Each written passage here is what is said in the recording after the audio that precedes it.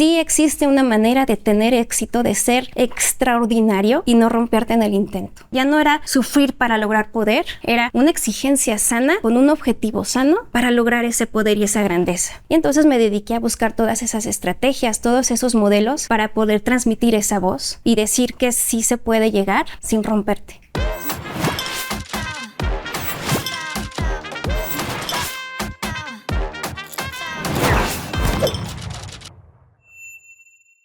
Hola, ¿qué tal? ¿Cómo están? Bienvenidos a Pláticas de la Villita. Soy Jimena Álvarez y hoy tenemos una historia muy especial, una historia de vida, de superación y sobre todo un atleta que estoy segura que esta historia pues los va a transformar, ya que sus experiencias creo que sí tienen un propósito muy importante en transformar el mundo. Bienvenida, Azul Almazán. Eres finalista olímpica de Sydney 2000. Además, eres presidenta de la Asociación Respeto 360. Gracias de verdad por tu tiempo y por estar hoy aquí. Muchas gracias a la Villita por abrir esos espacios tan magníficos para poder compartir esas experiencias y pues yo estoy más que feliz de poder compartirlas contigo, con tu público y pues vamos a darle. Me gustaría empezar con tu historia. Cuéntanos un poquito de ti. O sea, ¿dónde era la niña que decía quiero estar en el agua? O sea, ¿cómo empieza esta pasión? ¿Cómo vas consiguiendo cada paso y pues hasta llegar a donde llegaste, ¿no? Pues mira, mi historia no fue una historia común porque yo sí era una niña muy alegre, muy tenaz, muy ágil, pero mi vida no empezó con un sueño. Yo no tenía un objetivo, yo no quería llegar a ser campeona, yo no quería nada de eso. Yo entré a la gimnasia a los 6 años y yo entré porque yo pensé que iba a llegar a jugar, pensé que yo iba a ir a ser ágil, a subirme a las barras, etcétera, pero no fue así. En la gimnasia el equipo era de 5 niñas, antes no había nivelitos, antes era por edades. Uh-huh. Y cuando yo entré a la gimnasia fue muy complicado porque yo no sabía que yo entraba a completar el grupo de 6. Yo era la sexta.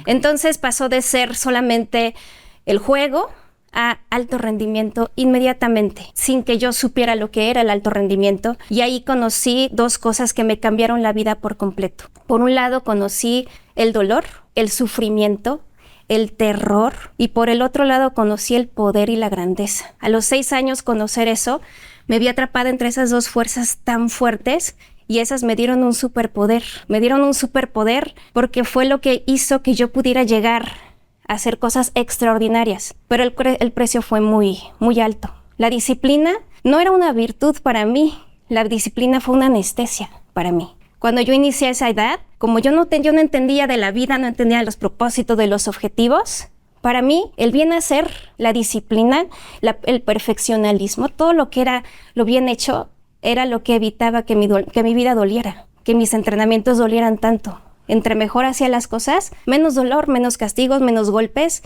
y eso me forjó una personalidad muy potente. A una persona normal yo creo que eso la rompe. No, a un niño normal yo creo que eso lo trauma, lo saca corriendo de ahí, pero a mí me transformó porque a mí se me hizo una combinación adictiva, poderosa, y esa dualidad me hizo la persona que soy ahora. Ya al paso de mi vida, cuando ya salí de la gimnasia y empecé en clavados, pues eso fue cambiando porque ahí aparecieron ahora mis objetivos. Después de la gimnasia, cuando empecé a hacer muchos deportes, pero ninguno me llenaba porque pues yo necesitaba esa estructura, esa intensidad. No puedo decir dolor, pero era un estado de supervivencia constante. Cuando una persona ya hace todo por supervivencia, pues tú entre más dolor, entre más intensidad, mayor es el poder. Dentro del gimnasio, dentro del deporte, a veces llegaba a ser como un infierno. Era mucho dolor, mucho sufrimiento. Pero fuera del deporte, en mi vida cotidiana, en mis días, en mi escuela, era prácticamente una superhumano. Hacía cosas que nadie podía hacer. Yo sentía ese poder, esa grandeza y decía, ¿cómo puedo hacer estas cosas? No había nada que no pudiera hacer físicamente, mentalmente, poder. Me iba bien en la escuela, era impresionante. Entonces empecé a entender así la vida desde muy corta edad. Qué fuerte, ¿no? Porque tenías 6 años. Tenía 6 años. ¿Qué papel jugaba tu familia? Pues mi mamá era muy joven. Mi mamá también quería meterme a gimnasia porque ella amaba a Nadia Comaneci, entonces ella quería que fuera gimnasta. Ella había intentado ser gimnasta, pero pues nunca encontró en dónde, no había entrenadores en su época. Y cuando ella encontró gimnasia para mí, pues ella era feliz. La situación es que al yo entrar en alto rendimiento luego, en esa época, en ese sistema de antes, pues ella no sabía a lo que se enfrentaba. Ella no entraba a mis entrenamientos porque ya pasaban de nivel, ya no era gimnasia recreativa, era una gimnasia de alto nivel. Entonces, los papás ya no los dejaban entrar y como yo empecé a aprender a resistir, a ocultar, a no llorar, a defenderme, a construirme del dolor así en poder, pues yo no le decía, me pegaban, ¿no? Yo sentía que eso era. O sea, literal te pegaban. Me pegaban, si me caían, me pegaban. Entonces ahí es donde aprendí. El entrenador. La entrenadora, y por eso aprendí que entre mejor hiciera las cosas, entre más perfecta fuera, entre menos errores cometiera, mi vida era más fácil. Entonces, pues yo llegaba a mi casa y pues yo no me llegaba quejándome, ay, me pegaron, me tratan mal, me gritan. Al contrario, yo iba construyendo una personalidad muy fuerte y eso iba cambiando. Nunca, ni siquiera entraba en mi cabeza, no sabía que existía la palabra víctima ni nada, simplemente era la manera en la que yo me estaba forjando. Y mi mamá, pues solamente me dejaba hacer, porque yo empecé a tener una personalidad muy fuerte. Ella en una ocasión sí me intentó sacar y yo dije, no. Entonces a mis 8 años mi mamá se quedó en shock a ver esa decisión de no. Y sí sufría, sí lloraba, odiaba competir, me revolvió el estómago, me daba terror, pero amaba tanto ganar. Esa sensación que era tan seductora y mi mamá ya no supo cómo reaccionar a eso. Ya con el tiempo fue cambiando, pero en esa época, pues mi mamá solamente fluyó y mi mamá es muy disciplinada también. Entonces, así fue como yo me fui formando y mis mamás siempre estuvo ahí. Mi mamá y mi papá siempre estuvieron ahí. No estaban en el entrenamiento, no sabían lo que pasaba, pero sí me veían. Y ella fue la que ya a los 11 años ya me sacó, ¿no? Dijo, ya, suficiente, ya necesitas otras cosas. ¿Se los llegaste a contar alguna vez tú a tus papás? Decir, oye, esto me está pasando, estoy feliz a lo mejor en la gimnasia y todo, pero me pegan, me tratan mal. ¿Se los contaste? En esa etapa, a lo mejor después seguramente lo platicaron, pero ahí. Sí, se los conté, pero ya después, porque para mí no era impedimento. O sea, yo era mi manera, pues me equivoqué. Pues si no me equivoco, no me pegan. Si no me caigo, no me pegan. Si no doblo las rodillas, no me pegan, ¿no? O no me va mal. Pero ya a los 10 años la entrenadora dijo algo que me aterrorizó. Pero así, total, me dijo, a los 13 las niñas ya no sirven aquí. Y yo ya iba a cumplir 11 años y dije, a los 13 me voy a morir. Y no he hecho nada, no hay nada. O sea, toda esta vivencia, todo este dolor para nada. Y entonces fue cuando yo ya resalté y le dije a mi mamá, es que entonces ya no quiero esto ya no lo quiero. Y mi mamá me dijo, pues vamos al selectivo, al nacional, y saliendo de ahí te sales. Nos salimos. Y yo no le creía, porque dije, no, si clasifico, me va a decir que nos quedemos una competencia más. Entonces, me acuerdo que en esa última competencia, dije, me voy a caer de la viga para asegurar que no clasifico. No me caí, pero sí doblé las piernas en las barras y todo. O sea, lo hiciste a propósito. A propósito, dije, no, voy a asegurar que sí me va a sacar, ¿no? Y cuando termino, mi mamá me dice, vi lo que hiciste, vi que doblaste las piernas adrede. Y dije, ay, de castigo me van a dejar aquí. Pero no, cuando salí del gimnasio, mi mamá me compró un chicharrón con salsa, así, y yo nunca en mi vida los había probado. Y dije, los tenía prohibidos. Y cuando voy pasando así, pasé enfrente del entrenador así con mi chicharrón y le di una mordida y dije en mi cabeza, ahora sí ya me salí. O sea, ya no hay vuelta atrás. Hacer eso ya, dije, ahora sí ya me sacó de la gimnasia. Y eso para mí fue la primera vez que yo sentí libertad y felicidad. O sea, no querías estar ahí. No, ya no, y menos si ya no había dónde llegar, ya me iba a morir a los 13 según yo. Qué fuerte eso que me estás contando, o sea, siento que eran otros tiempos, ¿no? Donde el deporte lo tenían catalogado con dureza, con muchísima exigencia, como cero disfrutar, y qué increíble esto que estás haciendo tú para darle la vuelta en ver el deporte desde otro lugar, después de tu vivencia, ¿no? A ver, cuéntame un poquito de eso. Pues sí, mira, eran otros tiempos, sin embargo, todavía hoy en día siguen pensando que el alto rendimiento ya no es salud. De hecho, en las escuelas de deporte, lo sigo escuchando. El deporte de alto rendimiento, el deporte es muy bueno, el deporte, la actividad física, el deporte de alto rendimiento no es salud. Y es ahí donde ya se pueden cruzar líneas que ya no se deben de hacer. Todavía yo, en toda mi vivencia deportiva y olímpica de alto rendimiento, fue este mismo patrón violento. Sin embargo, cuando yo fui a Estados Unidos, tuve una experiencia, conocí a una persona y me cambió la vida, porque dije, puedes llegar a ser extraordinario. Era la que había ganado los Juegos Olímpicos en Sydney, en mi misma competencia. Okay. Se llamaba Laura Wilkinson. Ajá. Ella había ganado la medalla de oro en Sydney y era una persona alegre. Siempre había estado feliz, su entorno era sano, todo el tiempo estaba sonriendo, se llevaba súper bien con el entrenador, mucha exigencia. Era campeona olímpica y no estaba rota, no estaba destrozada, no vivía en agonía, no tenía ardor en el alma. Y dije, ¿cómo es posible? Nunca en mi vida había visto eso. Nunca había visto un deportista a ese nivel que fuera así. Y entonces ahí fue como un shock, ¿no? Y dije, tengo que investigarlo. Tengo que saber el secreto, tengo que ver hay otra manera de llegar. Sí existe una manera de tener éxito, de ser extraordinario y no romperte en el intento. Y eso fue lo que hizo que yo empezara a buscar, pero ya otras cosas. Y dije, tengo que encontrar la clave, tengo que encontrar el meollo de todo esto y compartirlo. ¿Y qué fue? Y realmente es todo ese entorno, esa mentalidad que se generó. Ya no era sobrevivir, era ya no ver la disciplina ni como anestesia, ni como supervivencia, como estar dentro de un grupo que te salieran, el sufrir para lograr poder. Era una exigencia sana, con un objetivo sano, para lograr ese poder y esa grandeza. Era un compromiso más allá de lo que yo había experimentado en toda mi carrera deportiva. Y entonces dije, wow, esa manera de entrenar, esa manera tan pedagógicamente preciosa de llevar el deporte. Y entonces me dediqué a buscar todas esas estrategias, todos esos modelos para poder transmitir esa voz y decir que sí se puede llegar sin romperte. Y le diste la vuelta un poco a tus vivencias, a tu carrera y sobre todo a la carrera de muchos deportistas, ¿no? Que quieren llegar a conseguir lo mismo que tú, pero no a ese precio. Claro.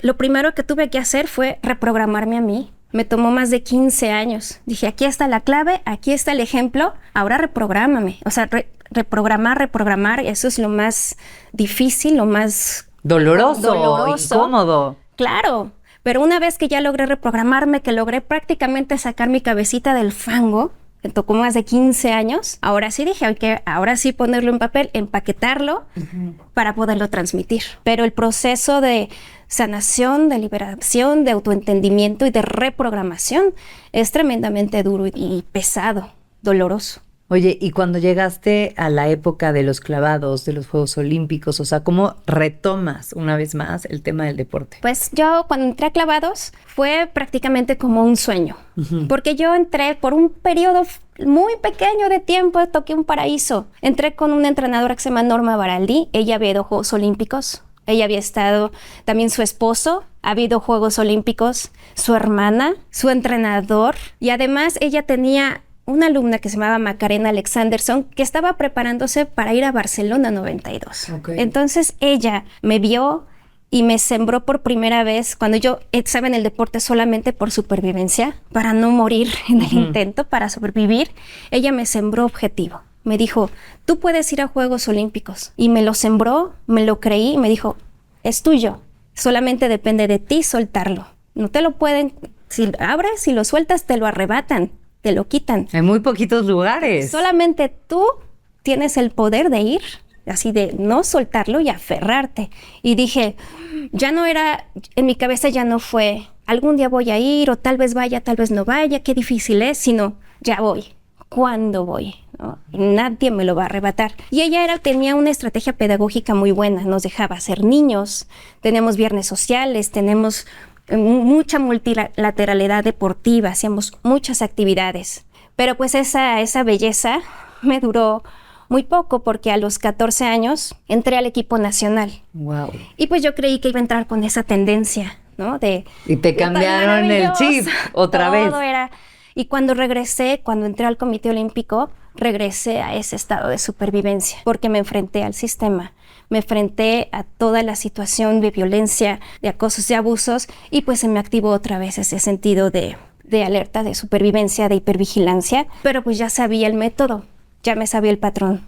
Pero qué fuerte, o sea, ¿has visto la película de las clavadistas? Que se supone que son dos hermanas que literal cuentan así como abuso y todo lo que conlleva pues estar entrenando justo en el Comité Olímpico y demás.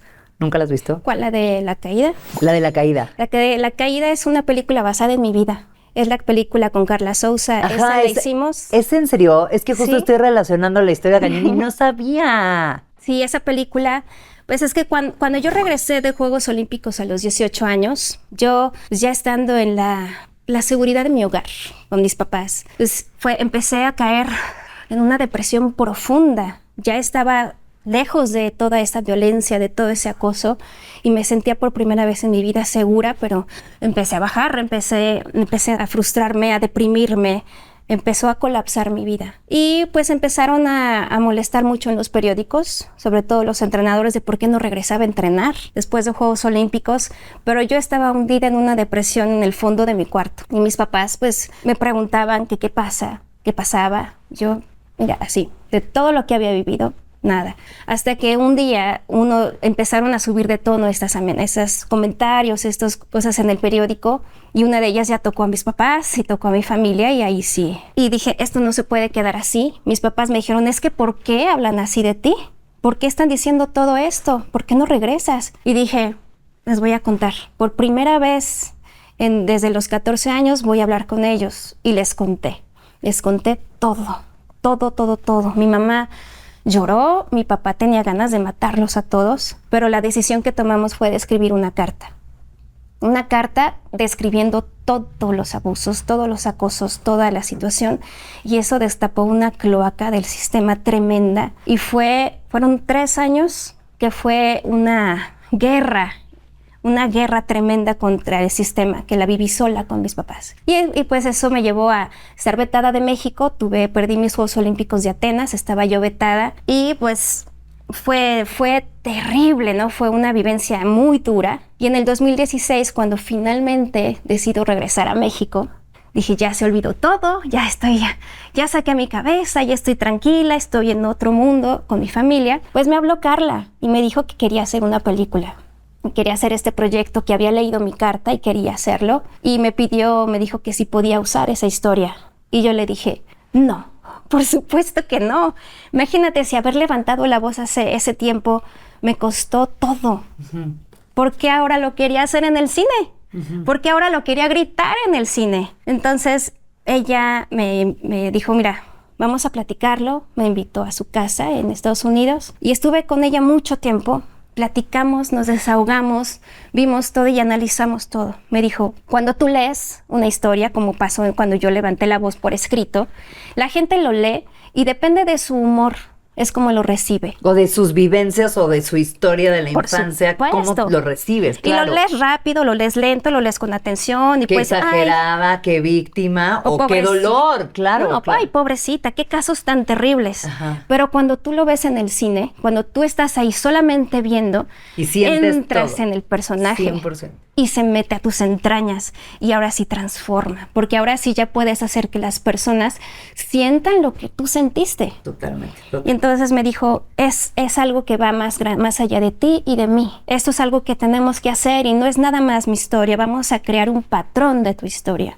Entonces finalmente acepté todo esto y empezamos a construir la película. La película tardamos mucho en hacerla, la película salió hasta el 2022 a finales, pero fue todo un reto hacer eso y muy, muy doloroso. Pero gracias a esa película hice catarsis, mi catarsis final, donde por primera vez en toda mi vida pude ver las cosas por arriba. Y dije, wow, ahora sí veo la situación. Y pues esa película, gracias a que pude ver la situación desde arriba, pude ver las soluciones. Te lo juro, se me pone la piel chinita, nada más de ponerme en tus zapatos. Quiero que nos platiques desde un lugar amoroso, o sea, ¿no? ¿Cómo le das la vuelta a tanta cosa que está pasando, no? Pues mira, tuve muchas estrategias para poder hacerlo. Primero es que yo siempre tuve esta capacidad de transformar cosas, el dolor, el sufrimiento, todo lo que yo vivía de niña desde los 6 años, se transformaba en poder, en energía masculina. No masculina, femenina, pero de la poderosa, de la bien hecha. Ajá. Y eso fue lo que ayudó a que cuando yo estuve pasando por todas estas cosas, siempre, ¿no? Siempre la destrucción era regresar. Y había una frase que mi papá me enseñó, que es una definición que sí entró de resiliencia, que ahorita está muy de moda, pero realmente cuando yo la escuché, me cambió la vida. La escuché antes de irme a Estados Unidos, cuando estaba realmente muy vulnerable, muy frágil todavía de todo esto. Me dijo, una persona resiliente, resiliente es que la capacidad de regresar a tu estado original, ¿no? Resiliere, ¿no? De rebotar a tu estado original. Y dice, ¿cuál era tu estado original? ¿Quién eres tú originalmente? Y yo dije, yo era una niña feliz. Antes de entrar a esto, yo siempre he sido una niña feliz, fuerte, amada, poderosa, con creatividad, con locura, con sentido del humor. Ese era mi yo original, de 3 años, de 4 años, de hasta tu esencia, 6 años. ¿no? La más pura. Esa es mi esencia original. La vida te puede romper, te puede deshacer, te hace añicos. Puedes ser un llorón, una llorona, puedes caerte en el mismo agujero 100 veces, pero tu capacidad de resiliencia, tu capacidad de regresar a tu forma original es lo importante. Porque muchas personas en la vida te trata tan mal y vienes vivencias muy duras que la gente se va haciendo dura, se va haciendo amargada, se va haciendo fea porque vivió cosas muy duras, ¿no? Pero entonces no eres resiliente. Resiliente es tu capacidad de regresar a tu yo original. Y ahí es cuando yo tuve que definir con claridad cuál era mi yo original. Y lo ayudaba con fotos, con cosas, con recuerdos, y decía, sí, yo soy esa, yo soy una mujer feliz. Siempre he sido, y eso no me lo puede quitar nadie porque es mi yo original. Y esa fue una de las cosas que hizo que yo pudiera siempre salir y transformar y darle la vuelta a todas las situaciones.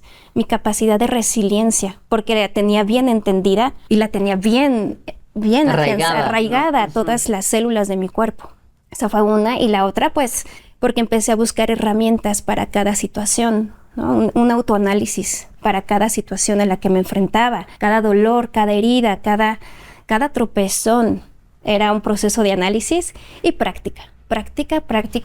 Tú decías, ¿desde que abres los ojos? Sí, desde que abro los ojos es esa práctica de nueva concientización, de nuevas mejoras, de intentar de nuevo, ¿no? Intentar por otro lado, intentar, hacer. Además es como un músculo, la cabeza, ¿no? Hay que ejercitarla todos los días también y hay que programarla. O sea, nosotros tenemos el poder de controlar tu mente y tú me lo estás dando como un hecho, ¿no? Que así la aplicaste y así te la creíste y así le diste la vuelta, porque yo para nada te veo como una mujer ni amargada, ni tímida, ni introvertida. Después de todo lo que viviste, siento que le sacaste un propósito, ¿no? Cuéntame un poquito de esta asociación donde eres la presidenta, que se llama Respeto 360. Respeto 360 nació en un 8 de marzo. Okay. Nació el 30 de abril, pero el 8 de marzo yo estaba dando una conferencia ante todas las federaciones deportivas. Okay. Estábamos hablando sobre la mujer, las violencias, etcétera, y yo pues hablé sobre por qué México no estaba haciendo algo al respecto. Dije, ¿cómo es posible que aquí, habiendo tantas herramientas, tantos países con ejemplos muy claros, con protocolos muy claros que han funcionado, que han hecho pequeños cambios y grandes cambios, si hay todo esto, yo ya los había investigado todos, ¿no? Yo traía todo mi paquete y decía, si hay todo esto, ¿por qué nadie hace nada? Entonces estaba yo hasta molesta con todos, ¿no? Y les decía, se puede hacer esto y esto y esto y esto y esto, porque es necesario, ya no es voluntario, es una necesidad, es el deber ser. Y cuando bajé de esa conferencia muy emotiva, me aplaudieron, el presidente de la confederación me dijo, oye, veo que tienes todo muy claro, veo que tú ya hiciste todo ese trabajo y nosotros pues no tenemos ese trabajo. Me dijo, ¿y por qué no? ¿Por qué no lo haces tú? Si lo tienes tan claro, si sabes el camino, ¿por qué no lo haces tú? Y yo te apoyo, o sea, nosotros te apoyamos mejor. Y dije, pues sí, si ya hice todo el trabajo, si ya hice toda la investigación, si llevo toda mi vida trabajando en esto, pues lo voy a hacer yo. No me voy a esperar a que alguien venga y solucione, o que escuchen, o que investiguen. Y fue ahí cuando empecé a trabajar. Okay. Empecé a mexicanizar todos los protocolos que había visto, todas las soluciones que habían tomado otros países, y pues también fue un trabajo monumental, porque en México tenemos otra cultura, tenemos otro tipo de gente, otra sociedad, y todo lo que funciona en otro país no te sirve prácticamente para nada. Al principio no te creen. ¿no? Pues no, llegas y dices, estas soluciones, estas metodologías, este protocolo, no funcionaría en México. Por supuesto que no, porque aquí tenemos tanta polaridad, tanta cultura y diferencias culturales, diferencias sociales, diferencias desigualdades. Tanto de todo hay, que no puedes aplicar algún sistema exitoso de un país que no lo tiene o que tiene otras circunstancias. Entonces, tuve que investigar muchísimo y tuve que empezar a crear protocolos propios de México. Y así es como nació en 30 de abril. Abrí y dije, listo, ya está de alta esta solución. Ahora sí, a ponernos a trabajar. ¿Y qué te has encontrado? O sea, en el momento que le das la vuelta, que tú te la crees, que lo empiezas a ejecutar, ¿en dónde ves lo positivo? ¿En dónde ves los cambios? Los cambios los veo en la voluntad de las personas, porque ya la gente ya entendió que los abusos, los acosos están mal. Antes no. Antes era un modo de ser, antes era hasta parte de la cultura, era hasta una masculinización, era poder. Poder, si tú quieres, la ¿no? letra con sangre entra. Antes esas cosas se consideraban bien. Hasta yo misma llegué a normalizar el dolor me nutría. Entre más dolor, entre más sufrimiento, más poder tenía. Y con estos nuevos pensamientos ya sabes que el abuso está mal, a quien le preguntes. Entonces dije, ahí hay un gran cambio. Las personas tienen la voluntad y tienen el entendimiento de que esto está mal. Ahora hay que luchar contra todo el sistema. Ahora hay que poner protocolos para que haya un camino claro. Y me di cuenta que la mayoría durante tantos años se estuvieron atacando las transgresiones. Se estuvo haciendo una cacería de brujas, de personas que hicieron, de que acusó, que él violentó, que hizo esto. Pero nunca se atacó la raíz. La raíz de los problemas y de todo el problema está 7 pasos atrás. La transgresión ya es el niño ahogado, pero el problema está atrás. Todas esas conductas que se normalizan, todas esas acciones que nosotros consideramos hasta chistosas y que también son parte de nuestra cultura. Si nosotros realmente queremos hacer un cambio, que es lo que nosotros hacemos, ya no vamos tras la persona por el que hizo y el victimario, ni su acción. Vamos en qué ocasionó todo eso. ¿Qué hay en la conducta que ocasiona que una persona llegue a cometer algo así? O que una persona caiga en este tipo de transgresiones. Y mucho de esto tiene que ver con que nadie sabe gestión emocional. Nosotros no tenemos esa educación de gestión emocional, ¿no? Conocemos a lo mucho 7 emociones, pero hay más de 60. Y cuando uno no puede nombrar sus emociones, se quedan como me siento raro, no sé, y ya no lo gestionas y todo eso va subiendo de nivel hasta que uno ya llega a un punto en que ya es nocivo, es tóxico, tanto para sí mismo como para los demás y daña el entorno. Y pues y eso es salud mental. Cuando una persona no sabe gestionar sus emociones, cuando el ambiente no es sano en el lugar, pues obviamente empieza a dañar a todos los que están ahí. Y una persona sin salud mental, si una persona que no está ahí no puede lograr casi nada, a menos de que tengas condiciones extraordinarias. Pero aunque las tengas, aunque ¿no? las Porque tengas, el inconsciente te ¿llegas? traiciona, o sea, la mente también. Claro, ¿no? entonces la raíz de todo es siempre buscar que en el entorno haya salud mental. Que el entorno sea sano, sea seguro y que haya salud mental. ¿Y cómo se hace? Vigilando las conductas. Y es poniendo un campo de fuerza en el entorno. Como sabemos que todo el mundo tiene diferente cultura, diferente educación, diferentes edades, se pone un campo de fuerza en el entorno que estás tratando y se dice, aquí hay una guía de comportamiento. Okay. Afuera puedes hacer lo que tú quieras, nadie puede controlar nada, pero adentro sí. Adentro hay una guía y herramientas para comportarse, para que no salgas lastimado tú y para que no salga lastimado yo. Entonces es una ética del cuidado, te cuido, me cuido, y eso ha hecho maravillas. Ese tipo de cambios, porque en nuestras investigaciones encontramos que en el casi 80% de los casos, el victimario ni siquiera sabía que estaba haciendo daño, porque es parte de la cultura. Y eso está porque no se reguló la conducta. Pero de los dos lados, ¿no? Tanto el que está siendo el víctima como el otro. O sea, creo que estábamos tan acostumbrados a estas conductas que las dejas pasar. No hay focos rojos. Claro, porque llega un momento en que la disciplina, no hay una línea en donde la disciplina se convierte en violencia, ¿no? o en daño. Y ni siquiera podemos ver esas líneas tan frágiles, tan chiquitas, que dividen el esfuerzo con el daño. la disciplina, con el ataque y todas esas cosas cuando no se ven puntualmente, cuando no las exponemos, pues la gente estás vagando en el que sí, en el que no hay claridad. Y cuando no hay claridad es muy difícil poner reglamentos, es muy difícil establecer una conducta, ¿no? O poner límites en una conducta. Y eso de ambos lados. No sabes hasta dónde no debes de cruzar y como víctima no sabes hasta dónde debes de permitir.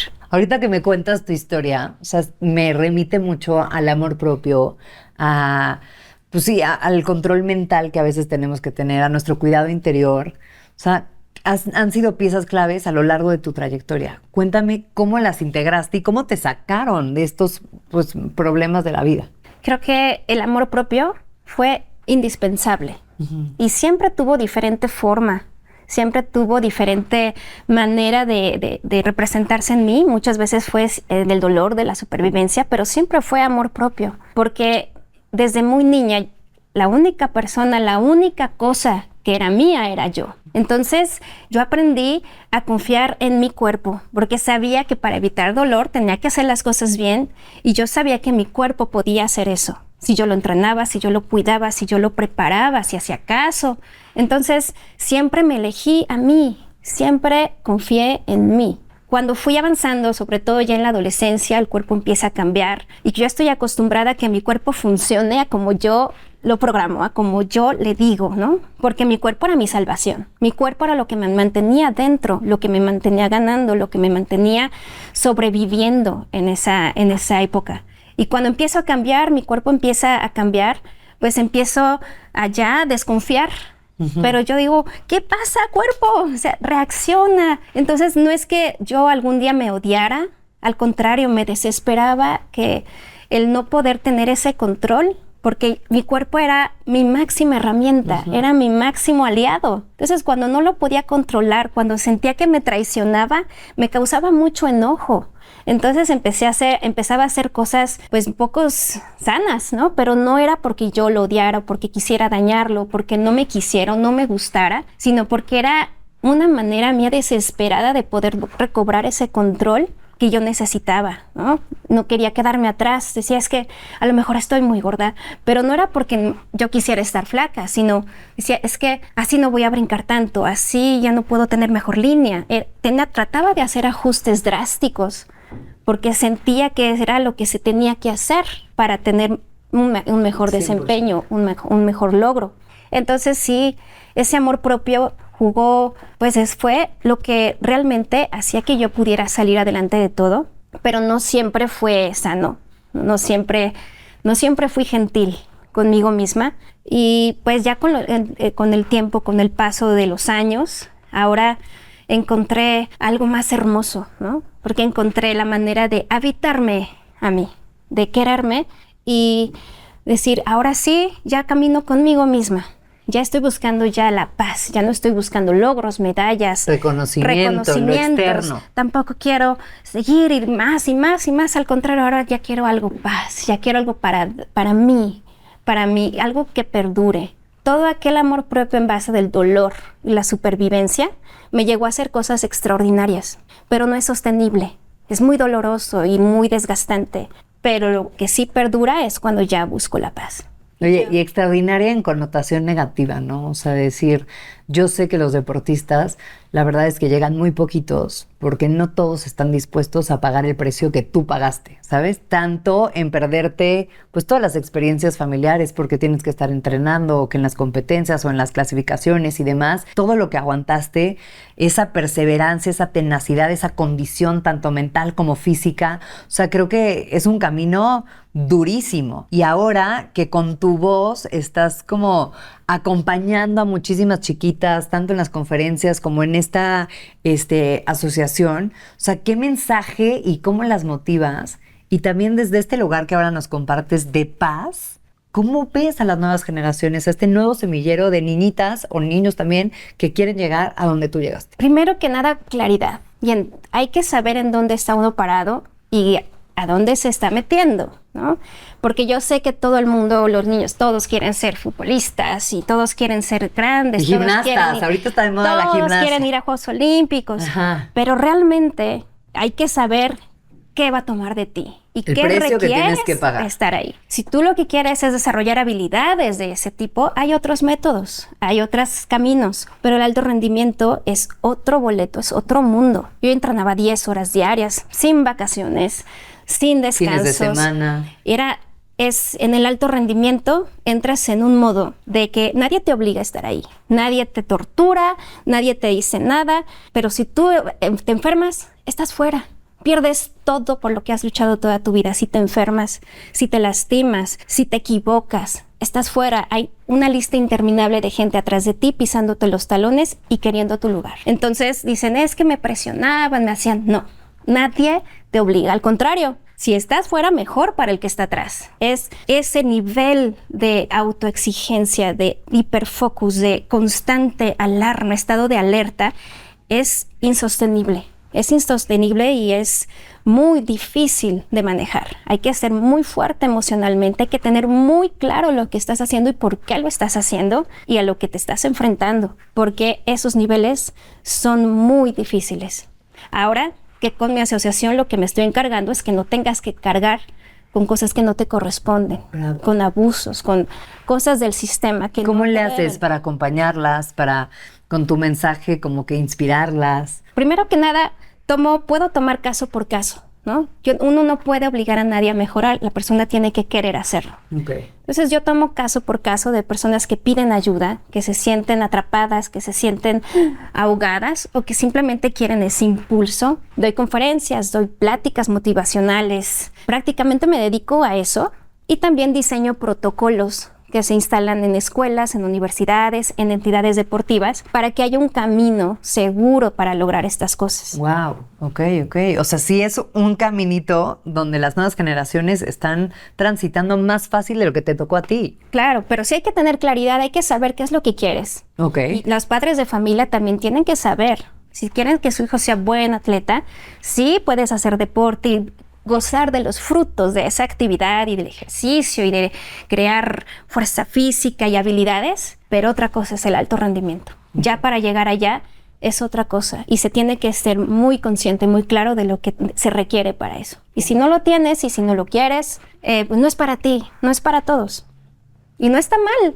Simplemente, si quieres estar feliz, tienes que tener esa claridad. No, claro, y a lo mejor no es tu vocación, ¿no? Porque cuando hay algo que verdaderamente lo sientes como que en lo más profundo de ti, pues luchas y a lo mejor te pierdes muchas cosas, pero estás donde tienes que estar, donde tu corazón está y donde está tu centro y donde tienes que estar, tal cual. Pero cuéntame, siento que con todo lo que has vivido, el éxito, lo que significaba el éxito para ti cuando estabas más joven, no tiene nada que ver con lo que significa el éxito hoy para ti. Por supuesto que no. El éxito estaba por etapas.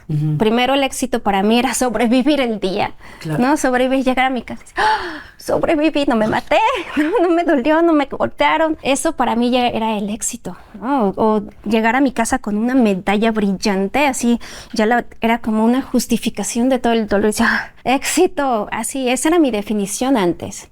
Después se convirtió en objetivo. Cada que yo lograba mis objetivos claros, cuando clasificaba la competencia, cuando lograba clavados nuevos, cuando lograba afrontar esos temores, esa era una sensación que yo consideraba de éxito. Llegar a Juegos Olímpicos, yo decía, eso para mí es el éxito.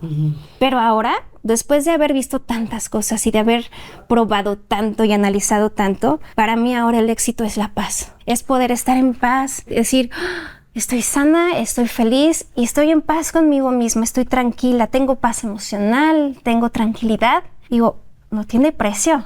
Sí, Esto no tiene precio, pero yo creo que hay etapas para todo. Yo creo que para que puedas disfrutar de esto y entender este verdadero privilegio, yo creo que sí, a mí me hizo falta vivir todo lo anterior para poder valorar y realmente gozar y entender lo que significa la paz interior. O sea, ¿y no serías la persona que eres hoy? Por supuesto que Ya no. sabes, porque Sí. siento que al final como que tus papás, ¿no? Tu gente, tu red de apoyo, ¿ah? O sea, como que seguramente se cuestionan el por qué la dejamos, cómo no nos dimos cuenta.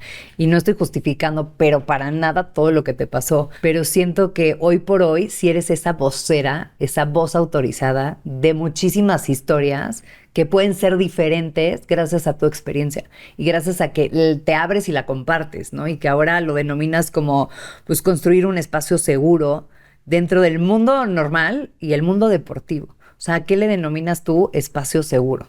Un entorno seguro. Cuando tú entras a un lugar en donde no sientes amenaza constante, en donde tú puedes sacar tu fuá, en donde tú puedes sacar que tu mayor propio potencial. También, ¿no? Pues es que el amor propio tiene muchos matices. Tú puedes tener amor propio porque te eliges, porque confías en ti, porque sabes de lo que eres capaz y exigirte. Y una persona diría, ¿cómo te dejas engañar? ¿Cómo te tratas así? Pues es que yo me conozco, yo me exijo porque sé lo que soy capaz. Entonces podría caer en diferentes definiciones y conceptos, depende de quién lo está viviendo. Pero yo creo que cuando tú eliges un lugar, estás en un lugar, es porque puedes manejarlo. Entonces tu amor propio es, elegí estar acá, confío en esto, y si está aquí es porque lo puedo pasar. Si estoy viviendo esto, es porque lo puedo aprender, porque lo puedo superar y porque me toca vivirlo. Entonces agarras al toro por los cuernos y pasas por esa adversidad. Y después sientes un placer enorme. Y de cualquier tema, ¿no? O sea, puede ser deportivo, personal, de la vida laboral, de la pareja y todo. Creo que siempre hay que agarrar ese toro, como tú dices, por los cuernos y atravesarlo. Y que a veces ese clavadito, o sea, meterle más profundidad a las cosas, como que se vuelve incomodísimo, se vuelve súper adverso, pero cuando logras, pues, pasar todos esos obstáculos y adversidades, sales victorioso, como fue tu caso. Sí, fíjate que una vez estábamos platicando y le dije una analogía, hice una analogía sobre esto. Imagínate que tú estás en el mar y estás aprendiendo a navegar las olas, y te metes y te pegan y una que otra te revuelca. Y una vez yo fui a Hawái, estábamos en un campamento y las olas decían no entre al mar, pero ya estábamos los clavadistas adentro del mar solos, ¿no? Muy obedientes los clavadistas. Pero entonces vimos unas olas gigantes así, que hasta se podían pintar, se veían como una pared brillante, hermosa, y caían y rebotaban así. Y entonces estábamos con las de equipo de natación y dijeron, vamos a llegar hasta allá. Y me dijeron, cuando venga la ola, lo que tienes que hacer es acercarte a la ola y tenerla de frente, imponente. Cuando esté ahí, te tienes que meter por abajo, cruzarla para poder llegar hasta abajo. Llegas y vas a salir hasta allá. Entonces, era prepararse mentalmente porque ahí viene la ola, pero tienes que enfrentarte. Así, claro, si tú te arrepientes, te revuelca y te puede matar. Claro. Una ola de ese tamaño, si llegas ahí, pero corres, en ese momento lo que piensas es, o sea, me hago bolita, me ¿no? hago bolita, o sea, claro. me voy, corro, me regreso, pero te va a revolcar. No puedo, te va exacto, a dar. exacto. Si ya decides, si estás ahí, tómala como debe de ser, con fuerza, con decisión, porque es enorme, es peligroso y te puede matar. Entonces, concéntrate, anímate, no te rajes. Entonces, esa fue una analogía que me ayudó mucho en todas las situaciones. Si ya está ahí el problema, si ya está ahí la situación o ya te vas a enfrentar, conéctate, atraviesa como debe de ser. 100%. Porque si tú te rajas, de todas maneras te va a pegar la ola. ¿Estés listo o no? Es mejor enfrentar las cosas consciente, con decisión, con preparación y con tus mejores herramientas. Claro. ¿Qué consejo le darías a un joven atleta soñadora que apenas está comenzando su camino? Eso es bello. Siempre cuando alguien quiere comenzar algo, lo tiene que hacer con toda la voluntad y con todo el compromiso. Esa es la clave. Cuando uno va a empezar cualquier cosa, si va a ser una actividad física, si va a ser deporte, si va a ser un instrumento musical, para saber si es lo tuyo o no, lo primero que tienes que hacer es meter compromiso. Si tú metes compromiso y entrega, vas a poder disfrutar de sus frutos y de sus demandas, pero vas a poder realmente conocer lo que es. Si se hace apenitas y todo, solamente si era para ti, se te va a disipar, y si no era para ti, te va a azotar. ¿Cómo les dirías a los papás, o sea, cuando empiezan tan chiquitos siendo deportistas, ¿no? Que tienen la disyuntiva de decir, híjole, le está yendo bien en la gimnasia, en los clavados, en la natación, pero la parte escolar, pues también, o sea, tienes que escoger una de las dos, porque siento que muchas veces las dos está muy complicado en el sentido de que no puedes dar tu 100%, corrígeme si estoy mal, en las dos cosas. A mí fue totalmente al revés. Cuando yo entré, sobre todo a clavados, mi entrenadora olímpica me dijo, si no eres buen ciudadano, si no eres buen estudiante, no eres buen atleta. El mejor atleta, las personas de élite, Una persona de alto rendimiento es buena en todo lo que toca. No toques mucho, pero todo lo que toca se hace con compromiso y se hace bien. Ella nos exigía calificaciones, boletas. Si no tenías buenas calificaciones, no entrenabas. Así de claro. El que es buen atleta es buen estudiante. El que es buen estudiante es buen hijo, es buen compañero. Tienes que ser integral. Es todo. Lo haces bien o mejor haz otra cosa. Sobre todo si quieres llegar a esos niveles. Yo siempre fui atleta y estudiante. Todavía antes de los Juegos Olímpicos yo seguí en la prepa. Después de Juegos Olímpicos yo estaba en la universidad y me llevaba mis libros a las competencias. Entre clavado y clavado traía mis audífonos para escuchar las lecciones. ¿Y te lo tomaban a bien los entrenadores y demás? O sea, la gente del comité. Sí, porque yo me entrenaba 10 horas, salía a las 6 de la mañana, entraba a la escuela a las 7, a las 11 de la mañana me salía corriendo de la escuela, iba a entrenar a las 12, entrenamos de 12 a 4, comía a 1000 por hora, a las 5:30 volví a entrenar y salíamos hasta después de las 10. A esa hora hacía tareas, hacía trabajo, cenaba lo que podía o lo que me había sacado del comedor. Y así todos los días. Así yo tenía que sacar toda la prepa completa. Y lo que sí hacía es que en esa prepa me decían, con que tú entregues todo, con que tú saques bien tus exámenes, falta lo que necesites faltar justificado. Okay. Y pues yo siempre hice mis tareas y siempre hice mis trabajos y siempre era muy cumplida. Porque yo no perdía el tiempo. Si tenía 10 minutos, eran 10 minutos efectivos. Si era para hacer tarea, no me ponía a ver la tele, no me ponía a hacer otras cosas, porque mi tiempo estaba muy contado. No, y te veían, ¿no? En ese compromiso, en esa disciplina, en esa entrega, que no estabas literal en la fiesta, sino que estabas enfocada en un objetivo. Claro, y así fui educada, así fue toda mi vida. Y en Estados Unidos era la norma. En Estados Unidos yo tenía una beca deportiva, pero estaba obligada a no bajar de 9 de promedio para mantenerla. Y para eso nos ponían tutores, nos ponían todo el apoyo necesario para que no bajáramos de calificación. Porque ahí el buen deportista es un buen estudiante. Y eso cambió de años para acá. Y pues eso fue lo que me definió. El que quiera ser bueno en algo, tiene que ser bueno en todo lo que toca. Por eso tienes que estar muy consciente y muy claro en qué cosas tocas y en dónde te metes. Azul, o sea, eres disciplinada, pero tenaz, pero exigente. No, pero has conseguido, o sea, has visto los frutos. ¿Cómo eres hoy contigo? Soy totalmente diferente porque ha sido una transformación constante de todas las etapas de mi vida. Y eso se dio por el entendimiento de ciertas frases que nos repetimos tanto y las tenemos igual normalizadas, pero que causan mucho daño en ciertas edades ya. Por ejemplo, la más importante y la más peligrosa es: tú eres tu propia competencia, tú eres tu propio límite. Entonces dije, sí, cuando eres niño empiezas a competir con los demás y vas a las competencias y lloras porque te ganó fulanito. Y ya más grande entiendes que la competencia no es con los demás, que es contigo mismo. Pero ese concepto te ayuda porque como la competencia es contigo mismo, te exiges. Te exiges todos los días y te exiges más y te exiges más. Pero eso llega a ser insostenible y peligroso. Sobre todo cuando ya eres más adulto, cuando ya cambiaste, cuando todo tu organismo ya cambió, porque entras en una guerra contigo mismo, porque eres tu peor enemigo, estás insatisfecho, porque siempre estás viendo que no eres mejor que ayer, y hoy sí, y antier no, y todos los días es una lucha constante, es una guerra constante por superarte a ti mismo. Entonces ya no puedes ni siquiera satisfacerte, el cuerpo ya no te da igual, la vida ya no te da igual. Y entonces vienes atacado por todo lo que eras y lo que crees tú que podías lograr, por tu potencial, por lo que tienes que hacer, por tus cualidades. Y eso realmente hace que uno entre en un estrés constante, en una agonía y una sensación de insatisfacción que perdura. Entonces es cuando dejas de pelear contigo mismo, cuando dices, yo no me tengo que superar a mí mismo. Me rindo, así. No te rindes, convives. Te habitas contigo mismo. Entonces empiezas a hacer una amistad y decir, todos los días, en lugar de ver si era mejor que ayer o a ver a dónde voy, me voy a superar, digo, ¿cómo estoy hoy? Bien. ¿A dónde voy? Ahora soy mi mejor amiga y hay cambios. Hoy, ¿qué crees? Hoy amanecimos medio mal. Ay, hoy amanecimos perfectas. Vamos a darle. Hoy no, si estamos cansadas. Hoy es una convivencia sana contigo mismo. Ya no soy mi competencia. Ya no soy mi enemiga. Hoy busco habitarme. Hoy busco ser mi mejor aliada, mi mejor amiga, mi mejor compañera. Ya no soy mi competencia. Y eso a mí me cambió todo. Ahora digo, wow, y qué peligroso es no hacer ese ajuste.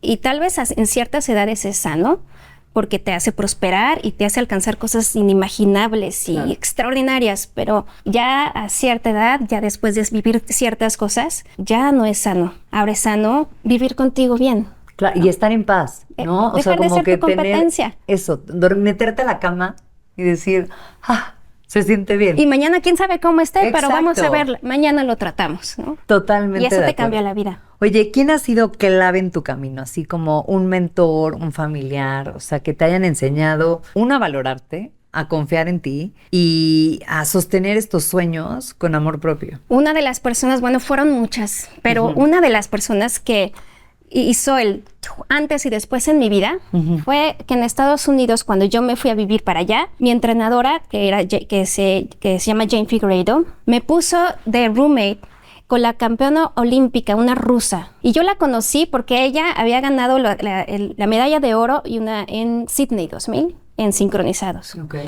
Me pone con ella, con esta chica que es de mi altura, de mi complexión. Era prácticamente un espejo mío.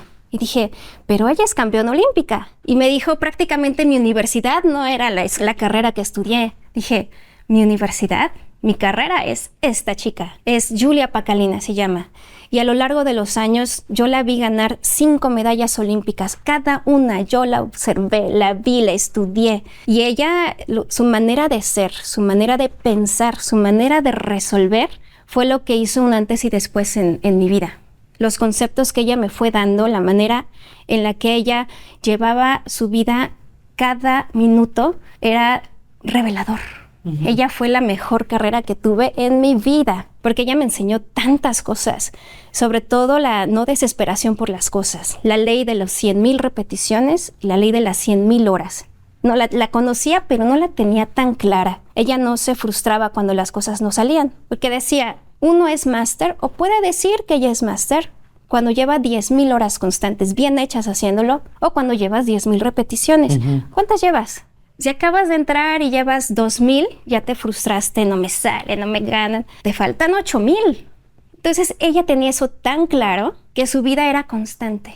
Y decía, lo que tú haces desde que abres los ojos cuenta, todo lo que haces. Si tú estás enfermo y te duele la cabeza y ese día haces las cosas mediocres porque dices, es que me siento mal, es que me duele la cabeza y haces las cosas a la mitad, el cuerpo lo aprende así. Y el día que tú más lo necesitas, el día del evento principal, si ese día te duele la cabeza o el estómago, tu cuerpo te va a decir, no te preocupes. Yo sé que cuando nos sentimos así somos mediocres. Entonces ahí es cuando entras en conflicto, porque tú quieres hacerlo bien, pero tu cuerpo está mecanizado a tirarte. Me dijo, tienes que tener cuidado con todo lo que haces desde que abres los ojos. Si vas a hacer algo, lo tienes que hacer con excelencia, porque todo eso va sumando. El cuerpo no va identificando, hoy no lo grabes. No, el cuerpo graba todo, la mente graba todo. Y eso para mí fue magia, y me transformó todo. Y dije, wow, lo publicas en ti, en tu transformación, en tus procesos, en tu sanación. Ya no te desesperas, dices, pues ahí voy en el camino, espérame.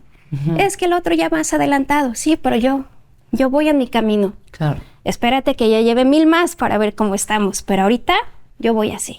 Wow, qué escuela, ¿no? O sea, Sí, qué sí, padre sí, que le lograste sacar y convivir con una persona. A lo mejor el objetivo era otro y tu aprendizaje apareció en el lugar menos pensado. Y muchas veces pensamos que son como esos regalitos que te va poniendo la vida y todo pasa por algo. Siento yo. Oye, para los jóvenes que te ven y que te vemos como una inspiración, ¿cómo les explicarías que creer en sus sueños también es un acto de amor profundo y de amor propio? Tan fácil como que el cuerpo es tu mejor aliado, tu mejor consejero, y es el que está ahí para toda tu vida. Ahí lo vas a tener. Y el cuerpo habla, el cuerpo se comunica contigo. Y si el cuerpo cuando uno no sabe qué hacer, solamente tienes que hacer una introspección y escuchar lo que el cuerpo te dice, lo que tu mente te dice. Y el cuerpo y la mente están tan unidos que son sabios. Lo que sucede es que a veces somos muy necios y queremos cosas que el cuerpo no está listo para eso, que no está preparado, y ahí entramos en muchos conflictos. Entonces, cuando alguien quiere algo, cuando realmente necesitas algo, primero el compromiso, segunda, aprende a escuchar a tu cuerpo. lo que tu cuerpo quiere, lo que tu cuerpo necesita, y cuando el cuerpo te está diciendo ya no, o por aquí no, o ya basta, aquí espérame tantito. Y cuando le haces caso, cuando aprendes a tener esa convivencia sana con tu propio ser, es cuando sí puedes lograr lo que quieras. Si no tienes esa comunicación, vas a estar en conflicto y vas a querer depender que alguien te diga si estás haciendo las cosas bien, si 100%. es el camino. Justo eso te iba a decir. O sea, cuando estás desconectado de ti, como que buscas validación afuera, ¿no? Consejos del exterior, cuando tú sabes que las respuestas las tienes tú. Claro. O sea, que si frenas y te escuchas y todo y te reconectas, como que dices, claro, o sea, esta sabiduría, ¿de dónde viene? Pues de ti, ¿no? Y creo que eso que mencionas del amor propio, de la confianza, de creértela, o sea, es una historia como de muchísima inspiración para las nuevas generaciones, porque siento que ahora el objetivo a veces se ve como tan lejano que tiras la toalla antes, ¿no? Y que dices, no, ¿para qué? Pues no voy a llegar. ¿Cuántos llegan a los Juegos Olímpicos? Poquititos. Mexicanos, más o menos. Entonces, como que siento que tu historia nos ayuda muchísimo a decir, sí se puede, confía en ti, sueña en grande y esfuérzate, ¿no? Porque el cuerpo ya lo tienes, la mente también, y trabájala igual que los músculos y que el entrenamiento, y ponlos en práctica. Muchísimas gracias, Azul, por abrirte de esa manera con nosotros, porque siento que al final es una historia donde te remueve muchísimos sentimientos, pero a nombre de todos los que van a tener, ¿no?, estas nuevas oportunidades, estos nuevos entornos, estos cambios, te lo agradezco de corazón. Gracias de verdad. Cuéntanos dónde te podemos seguir. Muchas gracias, Jimé. Pues me pueden encontrar en redes sociales, en Instagram, estoy como Azul Almazán, OLY de Olympian. Ahí en ese espacio lo tengo abierto para todas las personas que quieran hablar conmigo, que quieran comentarme algo, platicarme algo o simplemente conversar. Están abiertas y tengo la voluntad total de escucharlas, de leerlas. Qué honor, de verdad, muchísimas gracias por tu tiempo. Y gracias a ustedes también por su compañía. Espero que hayan disfrutado muchísimo de esta conversación. Soy Jimena Álvarez y nos vemos en la próxima. Para mí, ser una campeona de la vida es elegirme una y otra vez con resiliencia. Para mí, una campeona es una mujer que se elige a sí misma. Es una mujer resiliente. Una mujer que siempre regresa a su forma original y que sabe cuál es esa forma original una y otra vez.